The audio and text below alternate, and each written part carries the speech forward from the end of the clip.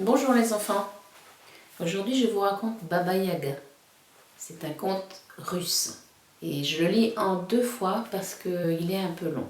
Dans un village de la campagne russe vivait une petite fille qui n'avait plus de maman. Son père se remaria, mais il choisit une méchante femme. Elle détestait la petite fille et la traitait mal. Comment faire pour me débarrasser de cet enfant?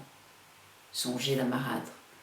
Un jour que son mari s'était rendu au marché vendre du blé, elle dit à la petite fille « Va chez ma sœur, ta gentille tante, et demande-lui une aiguille et du fil pour te coudre une chemise. » La petite fille mit son joli fichu rouge et partit. En route, elle se dit, comme elle était maligne, « J'irai d'abord demander conseil à ma vraie gentille tante, la sœur de ma vraie maman. » Sa tante la reçut avec bonté.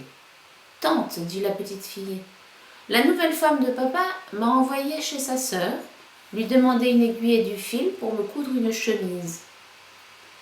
Mais d'abord, je suis venue te demander à toi un bon conseil. » « Tu as eu raison. La sœur de ta marâtre n'est autre que Baba Yaga, la cruelle ogresse. Mais écoute-moi, il y a dans son jardin un bouleau qui voudra te fouetter les yeux avec ses branches. Noue un ruban autour de son trou. Tu verras une grosse barrière qui grince et qui voudra se refermer toute seule, mets de l'huile dans ses gonds. Des chiens voudront te dévorer, jette-leur du pain. Enfin, tu verras un chat qui te crèverait les yeux, donne-lui un bout de jambon. « Merci bien, ma tante, » répondit la petite fille. Elle marcha longtemps, puis arriva enfin à la maison de Baba Yaga. Baba Yaga était en train de tisser. « Bonjour, ma tante. »« Bonjour, ma nièce. Ma mère m'envoie te demander une aiguille et du fil pour qu'elle me couse une chemise. » « Bon, je m'en vais te chercher une aiguille bien droite et du fil bien blanc. En attendant, assieds-toi à ma place et tisse. » La petite fille se mit à tisser. Elle était bien contente. Soudain, elle entendit Baba Yaga dire à sa servante dans la cour « Chauffe le bain et lave ma nièce soigneusement. Je veux la manger. » La petite fille trembla de peur. Elle vit la servante entrer et apporter des bûches, des fagots et des seaux pleins d'eau.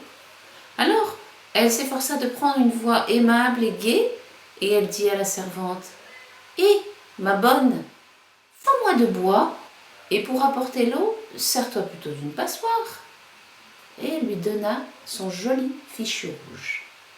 La petite fille regarda tout autour d'elle. Un feu vif et clair commençait à flamber dans la cheminée. L'eau se mettait à chanter dans le chaudron, et bien que ce fût une eau d'ogresse, elle chantait une jolie chanson.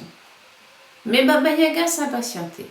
De la cour, elle demanda « Tu tisses, ma nièce? Tu tisses, ma chérie? »« Je tisse, ma tante, je tisse. » Sans faire de bruit, la petite se leva, alla à la porte. Mais le chat était là, maigre, noir, effrayant. De ses yeux verts, il regarda les yeux bleus de la petite fille. Et déjà, il sortait ses griffes pour le lui crever. Mais elle lui donna un morceau de jambon et lui demanda doucement « Dis-moi, je t'en prie, comment je peux échapper à Baba Yaga ?» Le chat mangea d'abord tout le morceau de jambon, puis il lissa ses moustaches et répondit « Prends ce peigne et cette serviette et sauve-toi, Baba Yaga va te poursuivre. Colle l'oreille contre la terre.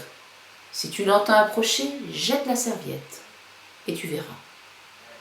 Si elle te poursuit toujours, colle encore l'oreille contre la terre et quand tu l'entendras sur la route, jette le peigne et tu verras. » La petite fille remercia le chat, prit la serviette et le peigne et s'enfuit. Mais à peine sortie de la maison, elle vit 2 chiens encore plus maigres que le chat, tout prêts à la dévorer. Elle leur jeta du pain tendre, et ils ne lui firent aucun mal. Je m'arrête là, je raconte la suite demain. Au revoir.